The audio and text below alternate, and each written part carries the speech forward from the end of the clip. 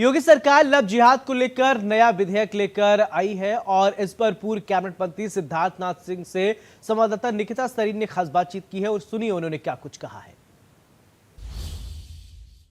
सिद्धार्थनाथ सिंह जी इस वक्त हमारे साथ मौजूद हैं। सर, कल किस तरीके से जो ऑर्डर्स आए, अध्यादेश पेश हुआ एक लव जिहाद को लेकर के कि अगर धर्म परिवर्तन होता है तो उसमें भी कई रेक्टिफिकेशंस के बाद सज़ा है और साथ ही अगर पेपर लीक में इन्वॉल्वमेंट होता है तो उसके लिए भी नए प्रावधान और सजाएं हैं।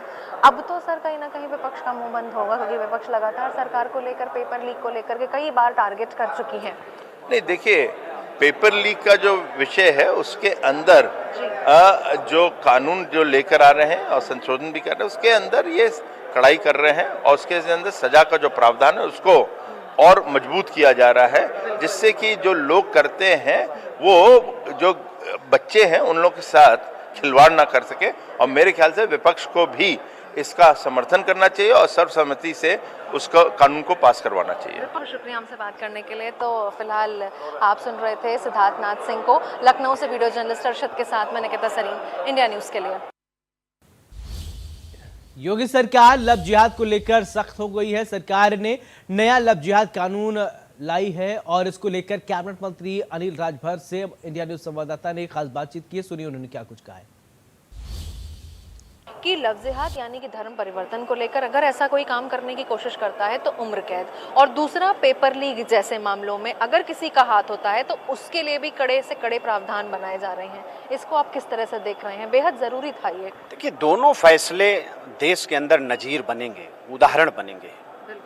और दोनों क्षेत्र में कल जो कानून बनाने के बाद उत्तर प्रदेश की सरकार ने कही है, लव जिहाद पर भी और पेपर लीक पर भी, आप देखिएगा आने वाले समय में ये मील का पत्थर बनेंगे। किसी भी बहन बेटी के जीवन के साथ खिलवाड़ करने की छूट उत्तर प्रदेश की धरती पर किसी को नहीं दी जाएगी।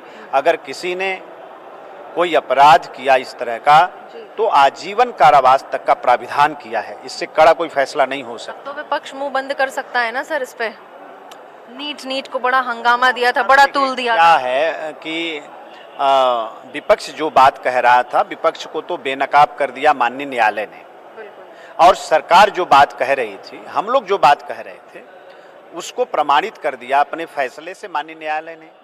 तो अब तो विपक्ष को कहीं बोलने का और इस विषय पर मुंह दिखाने की भी जगह नहीं है। तो अब तो दूध का दूध और पानी का पानी कर दिया माननीय न्यायालय ने। सरकार के फैसलों को, सरकार के प्रयासों की सराहना की है माननीय न्यायालय ने और आगे का रोड मैप बनाया है। जो हम कह रहे थे वही माननीय न्यायालय ने कहा। बहुत शुक्रिया सर हमसे बात करने के लिए। तो आप सुन रहे थे अनिल राजभर को। लखनऊ से वीडियो जर्नलिस्ट अरशद के साथ मैं निकिता सरीन, इंडिया न्यूज के लिए।